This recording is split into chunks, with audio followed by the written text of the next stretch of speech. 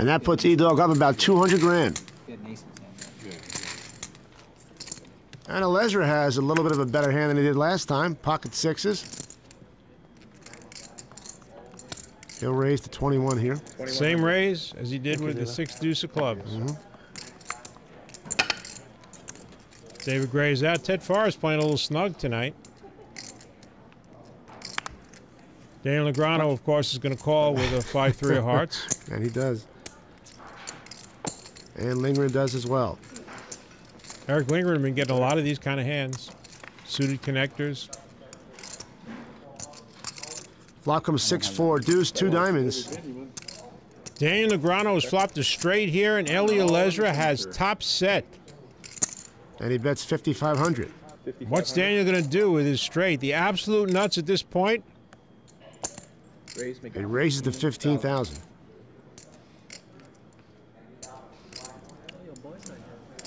There's also 2 diamonds out there, so Daniel's thinking Ellie could have a flush draw. Or maybe an overpair, pair of 7s, pair of 8s, maybe ace-6. He's hoping Ellie raises back. 95? 9,500 to call.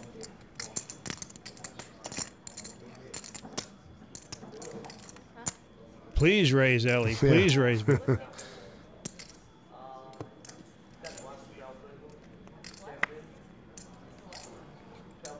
Hey, he's just going to call here. He's going to let a card come off. Ellie's convinced he has the best hand here. Turns a 5. Neither player's happy about that 5. Dan's going to bet 30,000 here. But on the flop, Daniel had the absolute nuts. Now, if for some reason Ellie had the 7-8 of diamonds, a hand like that, or maybe ace-3 of diamonds, he would be tying Daniel now and have a free roll at catching a diamond on the river. That's why Daniel's shaking his head. Ellie also doesn't like a 5 because Daniel could have any of those hands. Daniel could have a 7-8 of diamonds or ace-3 of diamonds. So Ellie's thinking about, do I raise here with my 3-6? I don't think he can.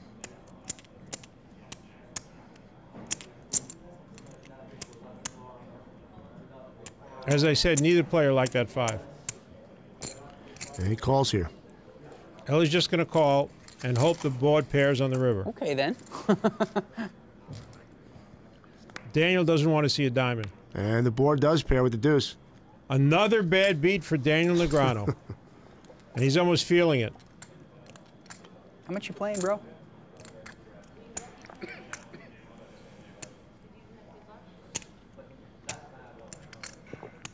In the low hundreds range.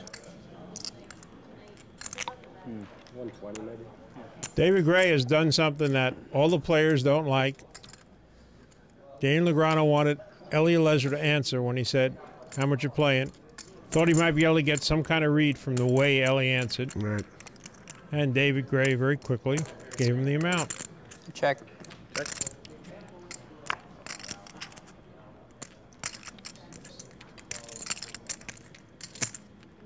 Ellie's only problem here is how much to bet. 60. 60,000. This is good. I mean, just why don't I flop the nuts every hand I play and then come like bad and bad? This is getting creepy. Flop like forceful. Just getting really creepy. Flop the absolute joint. It really is creepy. Yeah. It's happened a lot to Daniel. Atrocious luck. But Daniel could save $60,000. He should be realizing at this point that people aren't bluffing at him. If he calls this 60,000, he's hoping for a split. Maybe you got the same hand. There you go. Yeah. Maybe you got nothing. Every hand plays like this. If Ellie had a pair of 7s or any overpair, he wouldn't be betting yet. Daniel calls. There he goes. You're just getting crazy. Negreanu on the wrong side of another big pot. Yeah. I thought I was sucking you in. Yeah, you are. Negreanu's 10-9 of hearts, All right, my mommy raised to 2,000. Lingering calls with his pocket eights. That's for sure. Or sausage. That's for sure. You'd have to pick around it. I don't eat the cheese either. Oh, you don't eat cheese anymore, right? You told me that. David Gray keeps on talking. Oh, you got that. You're drawing dead on that bet. You're not over 140 I'm yet? 140. Yeah, I'm over 140. All right, I got a shot. He's got a 170 number. I mean, You got to be over lifetime. Yeah. If I'm something? ever over, oh, somebody called? If you're ever over 170? I lose like 20,000 to him. He laid me 20 to if 1. I'm ever under 170. I laid him 20 to 1. He gave me $1,000. How are you gonna win? No, he paid me already. And if I'm ever over, then I got to pay him the whole thing back. That's it. Yeah, stiff. Daniel Negreanu flops a straight, and Eric Lindgren flops a set. He bets 4,000. You can make me that bet. Lingering calls. One more time, Daniel Negreanu flops the nuts. And look at this. Eric Lindgren makes quads. It's happening again to Daniel Negreanu. He's flopped the nuts one more time, and Eric Lindgren, like Gus Hansen, has made quads, and Eric Lindgren is not acting as fast as Gus Hansen did. Eric Lindgren doesn't know what to do here. Trying to figure out what his best play is. Daniel Negreanu's bet 12,000, and Eric's thinking about, should I raise right here? How strong is Daniel's hand?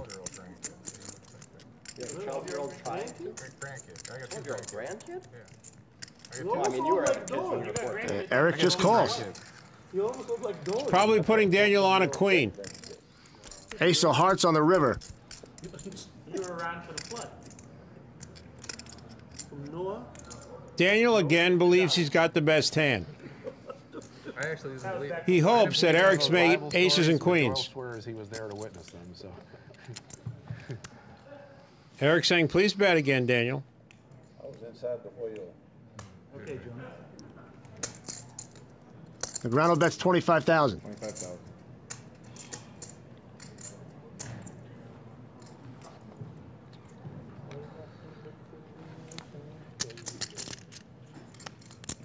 Eric again taking a lot of time here. You played the tournament today, John, or did you? All in. This is getting so sick. How can I flop the nuts every single hand and lose? I mean, what in the world is going on? Are you kidding me? That was a no. You got to be just No, I did kidding. not play Have you played any of the larger? Daniel, who's generally very mild-mannered, has reached the end of his rope here. Oh, yeah. This is about the fourth, fifth time that he's flopped the nuts and he's gotten raised on the river. What good is it? He's called every time. Oh, brother, man. Now, if any time he shouldn't call, it's this time. You got to just be kidding me. There is nothing that he can beat except a bluff. Thanks. Eric is not raising with ace-queen. He's not raising with queen-jack. Oh, man, this is just so sick. He might raise with How king-10. much is it? He doesn't have king 10. We know that. That's what, 50? Daniel has eliminated that hand. 67. There was no flush draw on the flop. Just go so sick. Here, I'll count for you. 72-7. 72-7. Assuming this is 20. Daniel should realize in this hand that he's beat. How But much is it? you just get shell-shocked after a while. Yeah. You think that someone sometime is going to make a move on you. This is nuts. How can I flop the nuts every hand and lose? How can I always lose?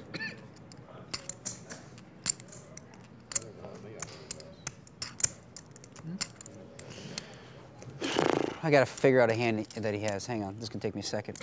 Ace 8 he could have. Daniel, you got to figure out a hand you could beat. Not that he could have. 25 on the turn, right? No. 12 on the turn. King 10. I don't think you're gonna raise me. Pocket jacks.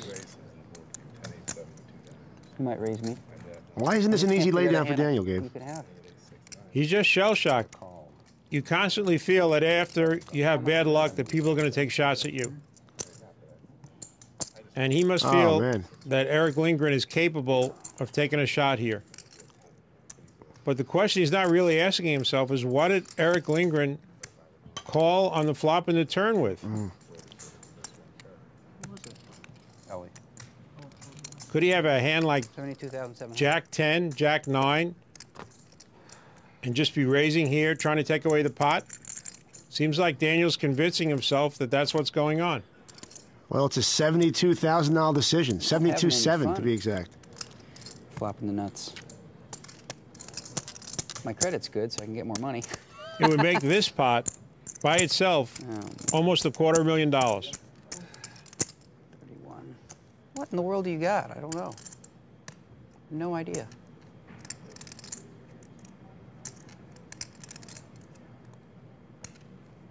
$72.7, right? Doesn't look like Daniel's going to get away from this.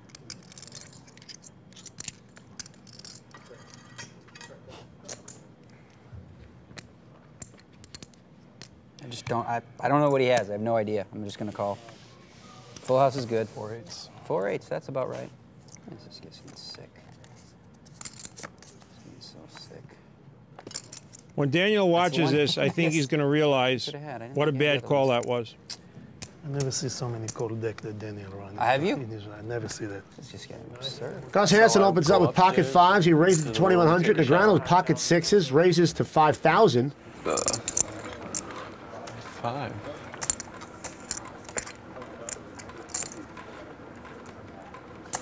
Action folds around to Esfandiari with his ace-queen. Out of position against Gus and Daniel Negrano. That's exactly what Antonio is thinking about. He's out of position against Gus and Daniel, and he's throwing away ace-queen, not going to put in 4,400 more. And Hansen calls the 2,900. Yeah, probably not. Flop comes 9-6-5. Wow. Oh. Both players have flopped sets. Daniel's got 3 sixes. Gus has got 3 fives. Gus is going to lose a lot of money in this hand.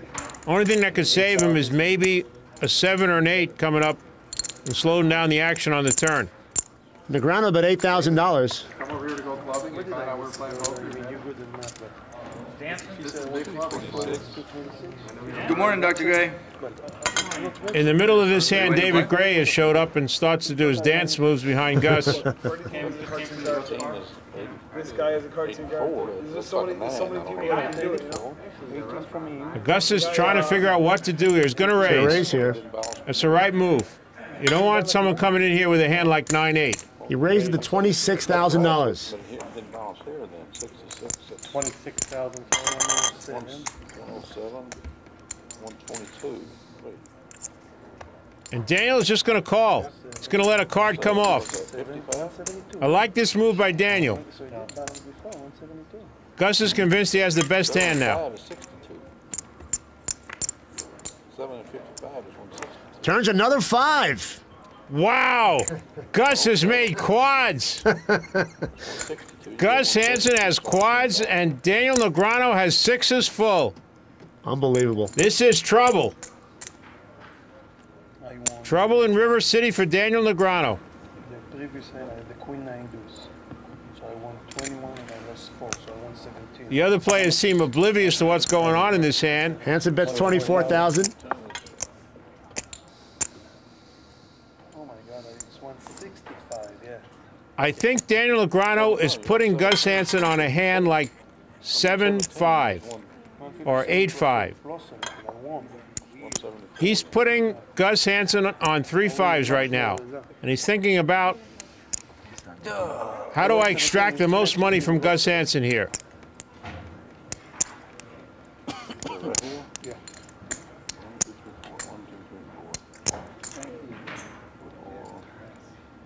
Gus is trying to appear as calm as he can with quads. 98, 99.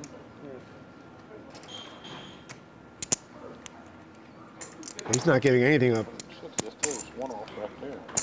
Negrano calls at 24,000. Daniel's slow playing his full house. Daniel thinks he has the best hand. And the river's an 8. Both players like that card.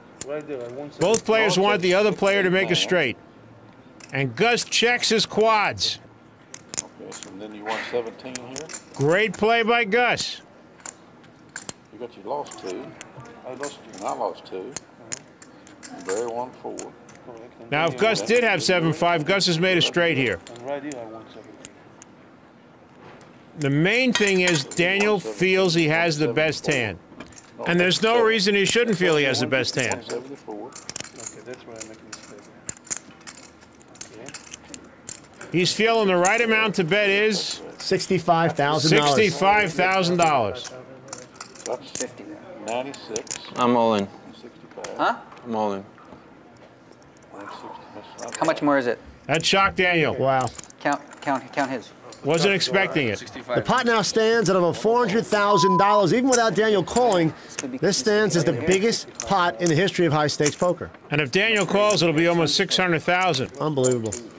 Daniel knows that Gus is a loose player, but I don't think he thinks he's loose enough to make this kind of bet on a bluff.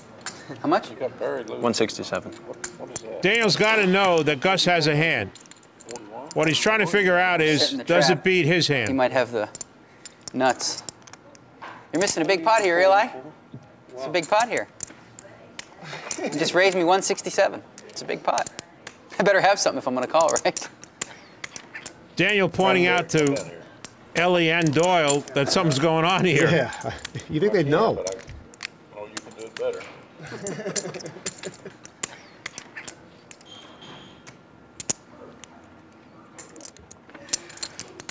Not a lot of us did.